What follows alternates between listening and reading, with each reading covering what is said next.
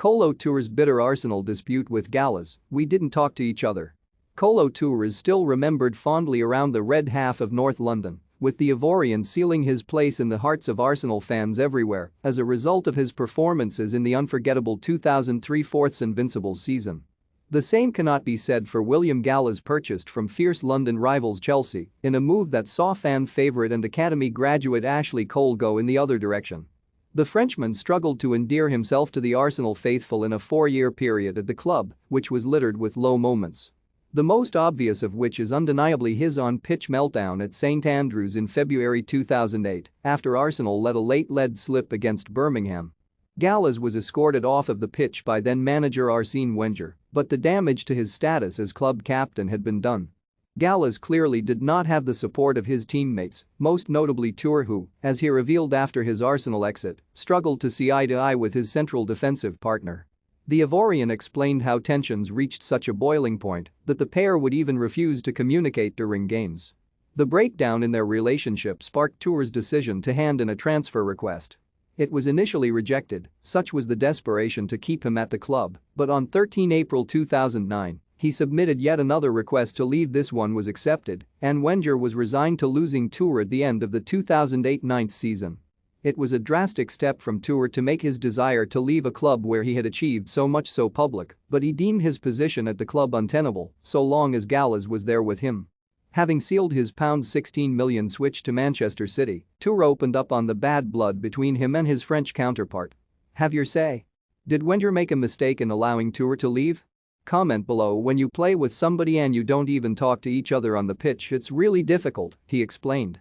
Me and Gallas, we didn't talk to each other at all. One of us had to go and it was me. It was coming down to me really because I didn't want to put the team in a difficult position, so I was the one who said I wanted to go. As a player, I had great respect for Gallas because he was older than me, and in Africa when someone is older you have respect for them, but I think sometimes he took advantage of that in some ways. I had 6 years at Arsenal, but the last 2 were very difficult. It can happen in football that you argue with somebody in training, but when you are not even talking on the pitch something has to change. One incident left a particularly bitter taste in Toure's mouth in the wake of a 0-0 draw away at Aston Villa. Gallas proceeded to give his teammate a verbal dressing down, which would have been infuriating enough, but Toure felt his manager did not step in to protect him. Wenger made an effort to try and mend the relationship between the two, but eventually conceded that the rift was beyond repair and sanctioned Toure's departure. Discussing the process while he was a City player, the 2-time FA Cup winner said, "I think he understood he had to sell one of us.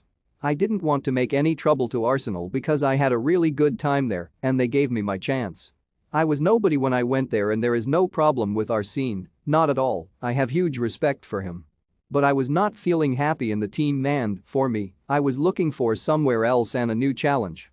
I think it was the right thing for me and for Arsenal, and I am at a club now where I am happy." Toure went on to win another Premier League title in the most dramatic fashion in the 2011-12 campaign. Sergio Aguero's last gasp winner at home to Queen's Park Rangers handed City the league at the expense of local rivals Manchester United.